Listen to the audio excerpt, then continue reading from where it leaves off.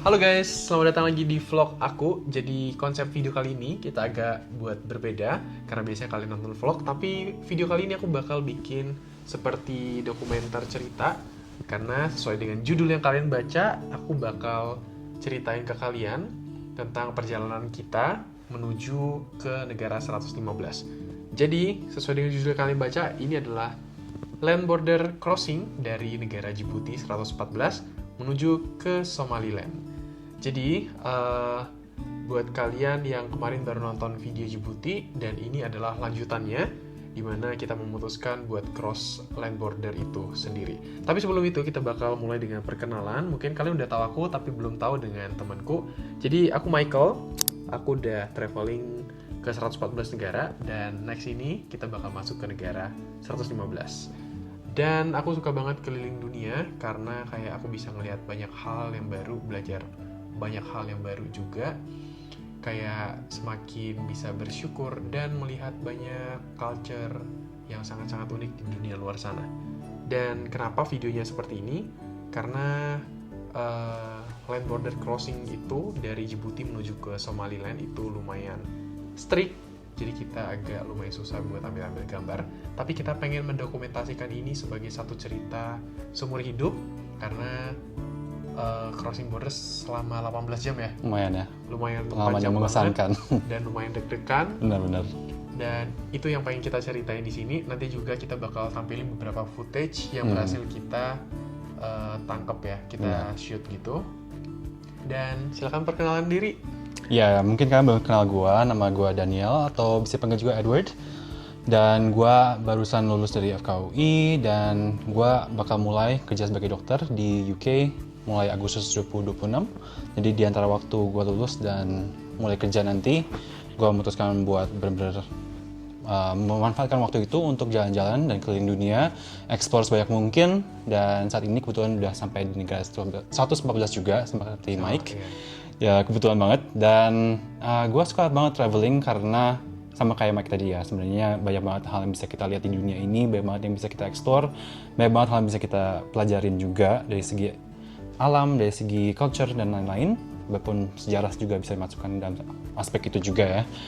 Dan mungkin karena ada rasa curiosity juga ya, kayak di setiap negara itu ada apa sih yang bisa kita lihat, dan itu mendorong gue buat kayak terus mendorong diri untuk explore negara berikutnya kayak gitu.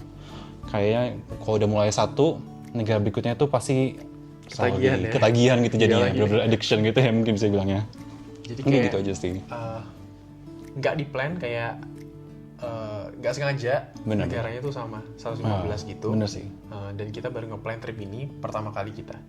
Oke, Ya. jadi kita lanjut ya. Kenapa kita pengen banget nih ke Somaliland? Sebenarnya karena kita sudah melakukan trip, mungkin kalian sudah nonton video yang Eritrea sama Djibouti, dan kita pengen unlock negara 115 yang masuk juga di kategori Horn of Africa.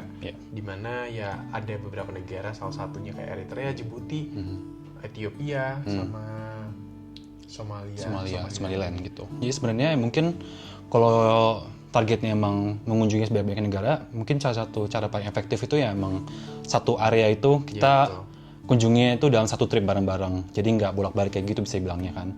Karena kan pasti kalau bolak-balik ya habis di harga flightnya gitu kan. Ya, makanya kali ini kita benar-benar pengen explore daerah Horn of Africa ini dari Eritrea sampai Somaliland kayak gitu. Iya, jadi kayak kita bisa hemat kos karena ya sekali jalan, kali flight gitulah bisa bilang. Betul. Oke, mungkin kalian banyak yang bingung kenapa kita memutuskan untuk pilih jalan yang lebih susah, jalan lebih banyak challenges-nya ya mungkin ya. Yaitu karena sebenarnya kita awalnya mikirnya ya mau terbang aja, karena memang ada flight dari Djibouti City ke Hargeisa. Itu tapi sayangnya mahal banget ya. Kita kemarin cari-cari harganya $250 buat flight yang sebenarnya cuma 45 menit. Jadi kalian bisa bayangin kayak kita gimana responnya terhadap fakta itu kalau bayar $250 buat ya pesawat yang bentar banget, itu kayak nggak worth it buat kita. Dan dari situ kita mulai cari-cari lagi, dan kebetulan gue nemu suatu blog gitu dari orang yang pernah melewati experience ini, dimana dia kayak mencari tahu tentang adanya kayak 4-wheel drive atau semacam jeep kayak gitu ya, yang biasa membawa penumpang-penumpang dari Djibouti City ke arah Hargeisa. Dan kebetulan memang itu cukup banyak digunakan oleh orang-orang lokal di Djibouti karena cukup banyak yang etnis Somalia gitu atau Somali yang memang balik ke Hargeisa buat acara-acara penting di keluarganya kayak gitu atau untuk acara liburan. Dan dari situ kita memutuskan ya memang ini sepertinya jalan paling baik karena kita ketemu harganya juga itu sekitar $40. Itu tuh untuk kursi bagian depan atau tengah, dan kalau di kursi bagian belakang dari mobilnya itu jadi $30. Tapi tentunya kan nggak terlalu nyaman, jadi kita yang memutuskan untuk ambil yang $40 itu. Dan kita juga tahu berapa durasinya. Kita tahu kalau itu jadinya 18 jam dari sekitar berangkat jam 5 sore atau 4 sore gitu sampai akhirnya nyampe pagi jam 9 gitu. Dan dari pengalaman orang yang gue baca ini sih dari blognya, katanya sih doable banget ya buat kita. Dan pengalamannya terdengar kayak cukup challenging tapi menarik, kayak challenge yang bisa kita taklukkan gitu ya bisa bilang. Jadi kita ya bertekad untuk memilih jalur kayak gini. Jadi memang kayak ada satu jalan, namanya jalan apa di Djibouti? Jadi ada jalan namanya Avenue 26 atau Avenue Vangsis gitu. Jadi dia itu tempat mangkalnya jeep-jeep ini. Jadi kayak banyak Land Cruiser di sana yang memang mereka mangkalnya di situ. Dan orang-orang lokal tahu bahwa ini tuh tempat di mana mereka bisa ambil jeepnya itu buat bawa mereka ke border dan nantinya juga bawa mereka ke Hargeisa gitu. Iya, dan yang uniknya sebenarnya dia bakal pergi waktu tunggu full.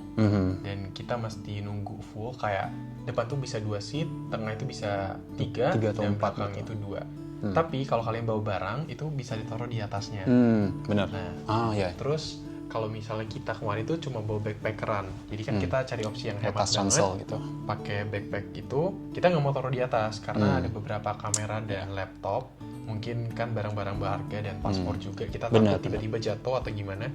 Jadi kita mengakalinya dengan kita bayar 1 seat tambahan. Jadi karena 1 seat itu 40, kita sebenarnya pengen di depan, cuman kayak depan itu yang tengahnya kasihan banget. Nggak ada kakinya sebenarnya. Kayak ada tempat buat gear sticknya gitu kan. Iya, terus kita ambil tengah 2 dan tasnya itu kita taruh di tengah. Jadi kita beli 3 seat, bayarnya sekitar $120 USD. Jadi kita hemat lumayan banyak. Lumayan ya, dari 500 buat flight, jadi 120, lumayan banget sih buat kita. Dan kita dapat pengalaman memori yang cukup luar biasa juga ya. Iya. Ya. Nah, jadi singkat cerita, sebenarnya kita agak lumayan kaget karena waktu sisa berdua doang, tiba-tiba udah langsung ke border. Berangkat aja. Kita mikirnya kan bakal nunggu sampai penuh dulu kan. Dan dia udah muter-muter dulu di sekitar Avenue 26 itu, tapi nggak ada orang lain yang masuk-masuk. Tapi kita tiba-tiba nyadar aja, dia kayak terus nyetir terus sampai akhirnya ada tulisan kayak bakal menuju arah bordernya itu namanya Loyoda.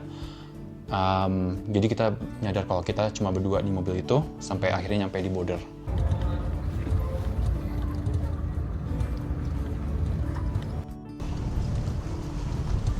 Sekarang kita di perjalanan menuju ke Hargeisa, Somalia, dan kita bakal tadi sebenarnya kita ada video-video cuman nggak boleh. Jadi sekarang kita udah kayak masih nunggu penumpang lagi. Ini sampai full karena baru bisa jalan. Iya, dan kayak ini mobilnya gitu. Angkot lah, kayak kita bakal 19 jam di sini. Dan lama sebenarnya karena kita bakal lewatin gurun gitu, dan dia nggak di aspal gitu. Iya, jadi bener-bener susah lah, terjal dan lain-lain kayak medannya. Dan ini kalau duduk depan tuh bayarnya 40 USD, terus kalau misalnya tengah sini tuh 30. Enggak, 40 juga, yang belakang yang 30. Oh iya, jadi kita total berdasarkan kenyamanan. Iya, jadi karena depan tuh nggak muat kalau dua kita bawa kayak tas isinya laptop dan lain-lain ya. Iya, udah laptop. Sebenarnya harusnya tasnya taruh di atas. Cuman di kayak atasnya gitu, tapi takut ada sih, laptop, iya. ada kamera. Dan sebenarnya dia bakal jadi ikat-ikat gitu sama barang-barang orang lain. Jadi kan bakal timpa-timpa banyak, takut rusak. Jadi Kita taruh di tengah aja, barang ekstra. ya, kalian lihat nih di belakang juga tuh banyak barang-barang orang tuh. Dan ini benar-benar pengalaman sekali seumur hidup. Benar-benar wow. Jadi kalau kalian ingin tertarik juga overland dari Djibouti ke Hargeisa itu, berarti kalian harus ke jalan namanya Muhammad Avenue. Avenue 26 atau Avenue Vangsis. Jadi itu tempat kayak mangkalnya mereka, dan kalian harus cari kayak mobil 4x4 gitu yang ada kayak bannya gede-gede, terus dia juga ada plat nomornya tuh ada tulisan Somaliland juga, jadi kalian tahu itu bakal pergi ke Somaliland. Dan yang paling gampangnya ya cari tahu dari taksi-taksi gitu sih, biasanya mereka tahu tempat mangkal di mana, jadi lebih gampang juga. Kita juga dibantuin sama Iya, tadi kita dibantuin sopir sama taksi yang bantuin kita dari bandara. Iya, dari awal. Dari awal pokoknya. Jadi kayak ya better berdua sih biar ada teman kayak gini. Jadi kalau ada apa-apa ya kita bisa saling cover gitu loh. Ya. Dan Dan juga, ya, dan juga karena kita bareng-bareng. Kalau sendiri kan kalau tidur mungkin lebih nggak aman. Tapi kalau berdua kan jadi ada yang bisa jagain juga pas kita tidur. betul. Karena bisa ya ada 2 orang yang jagain gitu. Lumayan excited sih karena 18 jam jadi videonya kita bakal panjang banget sebenarnya. Jadi kita cerita-ceritain apa saja yang terjadi. Ya, gitu. Jadi first challenge-nya lewatin bordernya dulu ya. Ya, Dan bordernya tuh cukup dekat dengan border Djibouti City. paling berapa sejam doang? Setengah jam. Sebenarnya ini lumayan deg-degan karena kita bilang Somaliland itu sebuah negara yang agak kurang aman sih sebenarnya. Yang Maksudnya kita masih lihat ada belum terlalu stable lah bisa bilang. Betul. Dia Jadi pun, kita ya. memutuskan buat ya kalau berdua dan Lebih kita juga enak udah ada juga sih. pengalaman-pengalaman juga. Setelah kita baca-baca review dan menurut kita baca review orang tuh adalah penting.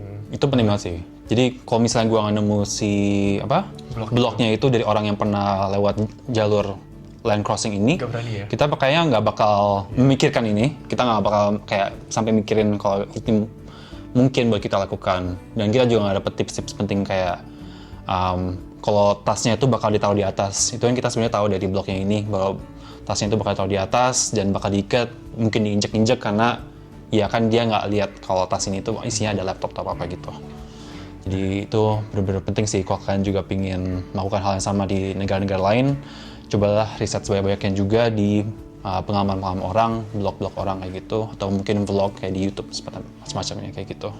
Nah, singkat cerita mungkin kalau kalian belum tahu Somaliland dan Somalia, mungkin aku nggak bakal bahas di sini. Mungkin di video-video selanjutnya aku bakal ceritain tentang itu.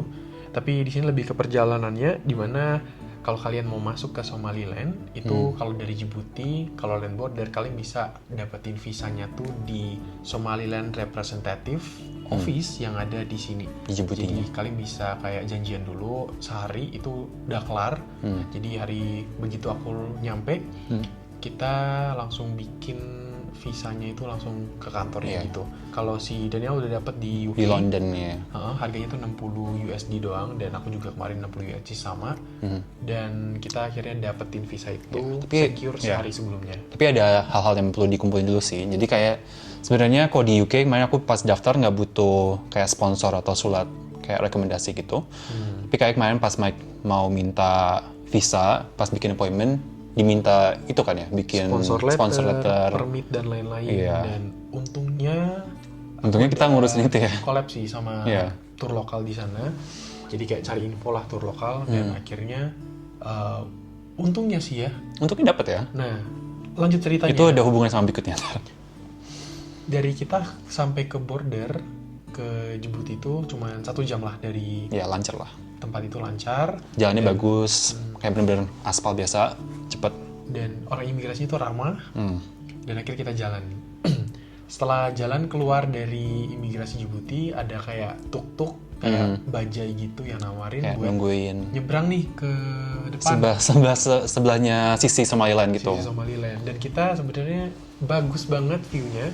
Karena view-nya tuh langsung ke pantai. Tapi kita nggak berani ngerekam sebenarnya. Ya. Mungkin nanti ada foto-foto dikit. Cuplikan dikit kita berani ambil. Diam-diam aja. Tapi kalau kalian melakukan, kita nggak rekomendasi, kita nggak menganjurkan. Tapi ya do it at your own risk lah. Ya, jadi kayak benar-benar kita jalan kaki sekitar 3 menit, 5 menit. Ya 5 menit itu sih. Nggak terlalu jauh. Langsung kelihatan sih sebenarnya di benderanya. Dari sisi Djibouti-nya tuh udah kelihatan bendera Somaliland juga. Tapi emang harus agak jalan dikit, dan ada orang-orang di sekitar juga sih, kayak orang nunggu-nunggu, ada yang kayak jual-jualan juga. Gak terlalu rame sih sore itu. Cukup sepi. Dan akhirnya nyampe. Kita ngeliat bendera yang bukan bendera Somalia, tapi bendera Somaliland, di mana warnanya tuh atas hijau, putih, dan warna merah. Ada bintangnya juga, dan ada tulisan bahasa Arab kayak gitu. Iya, dan akhirnya kita masuk ke dalam. Ada disambut 2 officer, jadi singkat cerita dia nanya kayak dari mana, paspor kita paspor Indonesia dan lain-lain. Oke, dia cek visa kita udah ada dari UK, dari ini. Dia minta resipnya juga. Oh ya, itu hal lain juga. Jadi pas kita dapat visanya itu dan kita udah bayar, sebenarnya bakal dikasih kayak semacam kayak kertas gitu, kayak Receipt payment. kayak receipt payment gitu. Jadi kayak bukti kalau kalian udah bayar. Dan itu emang selalu diminta juga di setiap border check di Somaliland. Oke, masalah dimulai.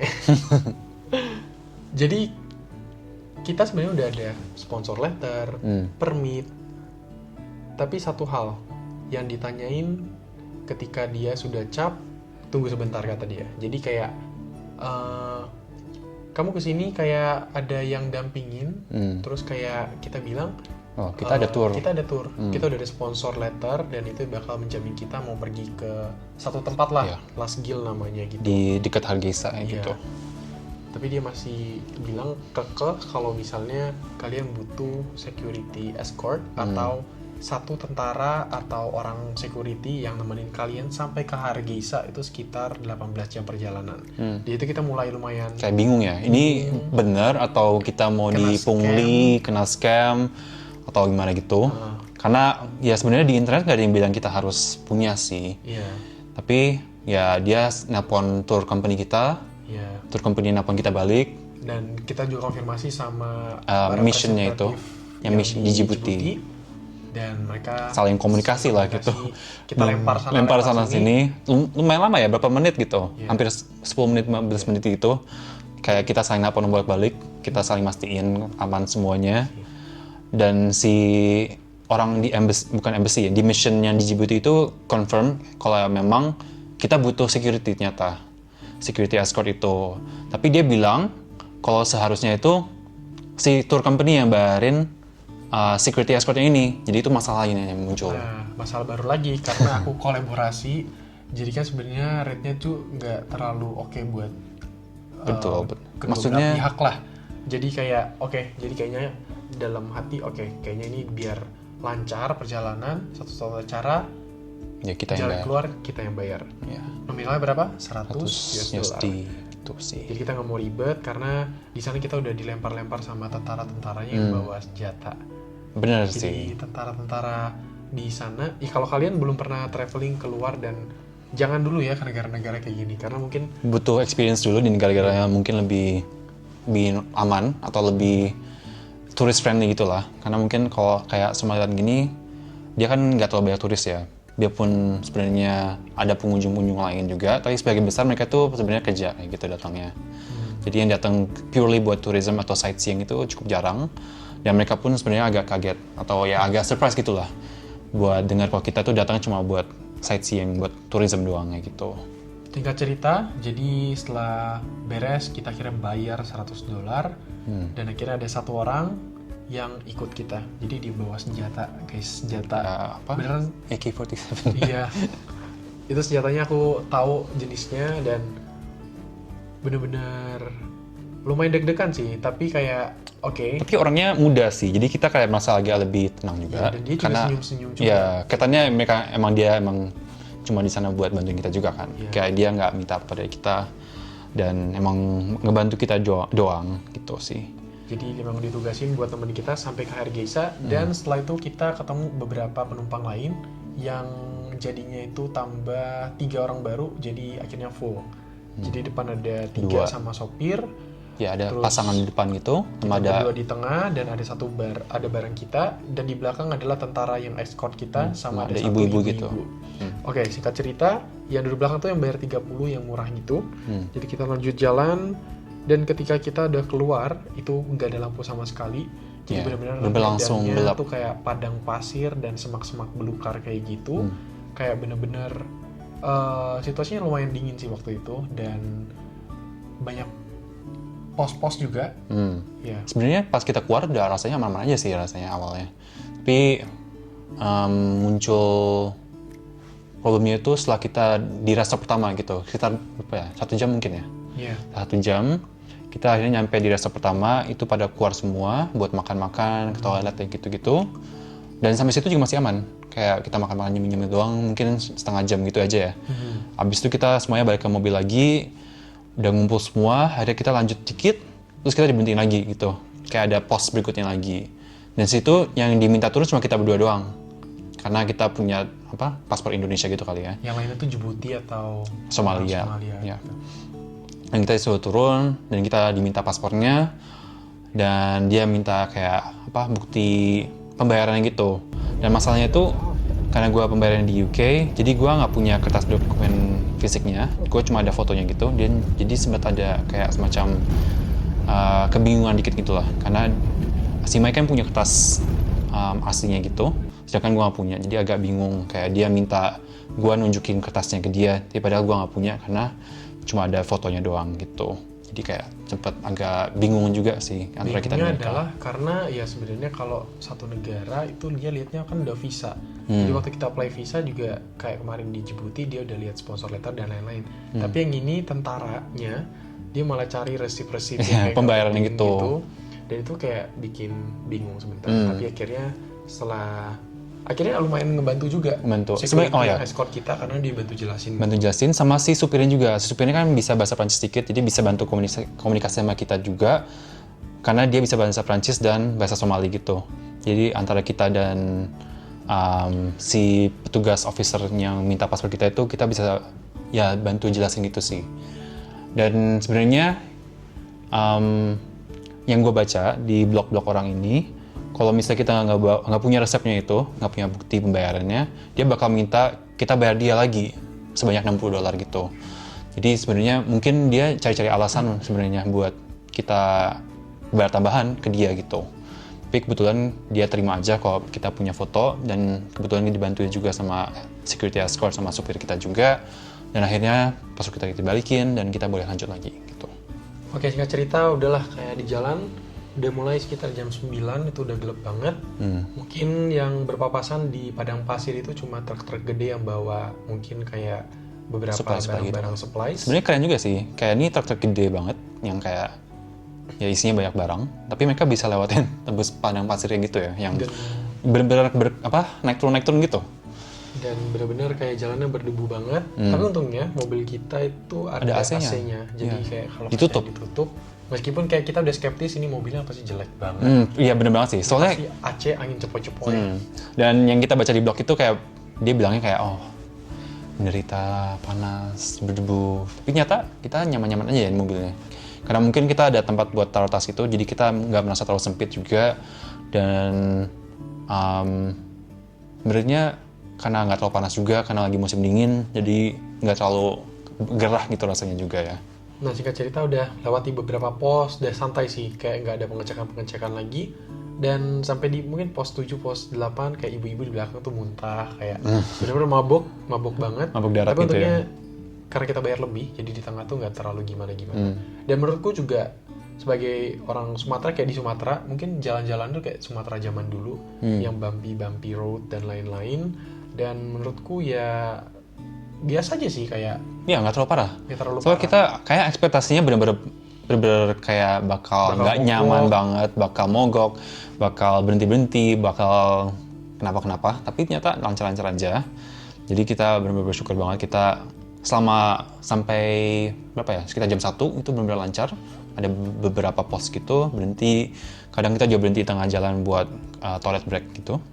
Dan pernah sekali waktu lampu mobilnya dimatiin, dan kayak benar-benar keren banget karena benar-benar gak ada lampu di sekitar kita, jadi langitnya tuh gelap dan banyak bintang-bintang gitu. Jadi kayak benar-benar menakjubkan, dan bisa lihat rasi-rasi bintang, ada lihat planet gitu-gitu juga. Jadi itu juga cukup mengesankan sih. Dan ya akhirnya sampai jam 1 kita nyampe di satu pos lagi. Itu dan pos terakhir ini kayaknya drivernya udah lumayan capek buat jam 1 gitu drive. sih. Akhirnya dia memutuskan buat suruh kita istirahat. Dan tiba-tiba kayak ada orang lokalnya, kayak mungkin family lokal, keluarga lokal di sana. Dia siapin 2 kasur gitu untuk kita tidur. Mungkin karena dilihat kita turis dan mungkin kayak muka-muka kita nggak biasa, padahal muka kita bisa kok, santai. Kita bisa santai kok. Main guys, dapat atas malam kita telepon basic, tapi sangat cukup. Yes. Cukup. Ada penutup apa? Dekat covernya. Tahu. Dan tertutup. Tidur di situ dah. Dan ya masih lama sih. Hanya jam 2. Yang katanya bakal sampai pagi sebelum mereka mulai nyetir lagi. Kalau di posisi peta sebenarnya kayaknya udah lumayan dekat. Setengah sih. Gitu sih. Kayak kan udah kita mau di situ. Kan udah hampir dikit sih. Dikit banget. Paling kayak kalau kita mulai dari sana sampai sini udah jam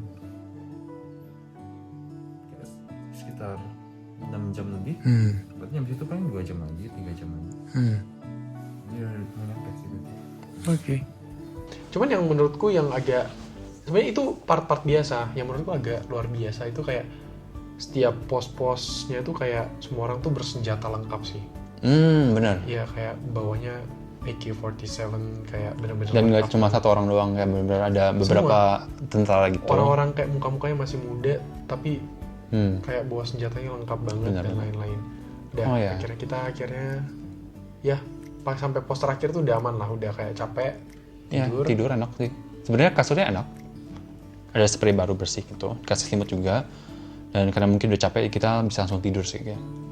Dan Ya, inilah cuplikan muka-muka kita.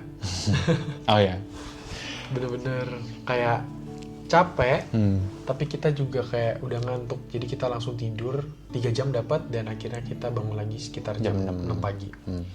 Nah, jam 6 pagi itu kita bangun dan ngeliat beberapa orang sudah sarapan, dan aku minum ngeliat kopi gitu. udah sunrise juga. Ternyata wah bagus. Bagus banget. Nyata kita semalam itu kita nggak nyadar, nyata di sekitar kita tuh ada kayak gunung-gunung gitu. Ya, gunung-gunung. Dan pas kita lihat di sekitar tempat tidur kita itu, ya banyak bukit-bukit. Ada kayak masjid juga, ada toko yang jualan kayak kios kecil-kecil gitu. Dan kita di saat itu kita harus bayar buat kasur kita sekitar $3, jadi $6. Kita bayar $10 dan dibalikinnya itu pakai uang shillingnya gitu. Iya, Jadi kita ada foto kiosnya kayak gini. Dan ya keren sih, uangnya kayak udah cukup tua gitu. Dan dominasinya tuh kecil-kecil, jadi makanya kasihnya tuh lumayan banyak lembar-lembarnya. Tapi Biarpun conversionnya tuh sebenarnya nggak jelek-jelek banget sih sebenarnya. di sini mereka FYI ya, mereka tuh pakai USD, tapi mereka pakai shilling lokal juga. Cuman untuk pembayaran mereka lebih suka pakai USD. Digital. Sebenarnya juga pakai digital karena Ya, nominalnya mereka ada QR code, bukan QR code sih, kayak ada nomor yang bisa mereka pakai buat transfer gitu, ada application yang khusus gitu. Jadi mereka juga lebih sering pakai itu dibanding pakai shilling sebenarnya. Atau enggak mereka pakainya USD karena nggak usah bawa kertas tebal, maksudnya bawa uang kertas tebal-tebal kayak gitu. Ya. Di situ yang paling gue ingat lagi perjalanan selama kurang lebih masih 3 jam dan waktu ada sunrise, waktu ada matahari itu kita bisa ngelihat banyak tebing-tebing karena waktu bukit-bukit. itu kita tidur di tempat semalam itu kita ada di ketinggian mungkin kayak di 1000-an karena di perbukitan dan kita ngelihat banyak tebing-tebing gitu. Dan Hargeisa itu bukan di pinggir laut tapi dia juga di Di atas tengah perbukitan gitu di 1200 meter di atas permukaan laut. Jadi perjalanannya lihat banyak hewan-hewan juga, babi hutan, ada kayak antelope, kayak rusa kayak gitu. Ada kelinci-kelinci juga gitu sih. Iya, hewan-hewan. Tapi juga menurutku garis kemiskinan juga lumayan tinggi kayak di lapangan terbuka di gurun-gurun gitu banyak rumah-rumah yang cuma dilapisi pakai kayu-kayu, Kain-kain gitu. kain-kain doang kayak gitu. Nggak tahu aku sempet record atau enggak dan itu cuplikannya. Tapi selama 3 jam akhirnya jam 8.30 jam 9 kita udah melihat dari jauh kota. Ada kota gitu, Hargeisa. banyak gunung, banyak bangunan-bangunan. Ya jadi sebenarnya pas kita nginep itu semalam, itu kita posisinya udah lumayan dekat sama Hargeisa sih sebenarnya. Jadi kita udah jalan sekitar 6 jam.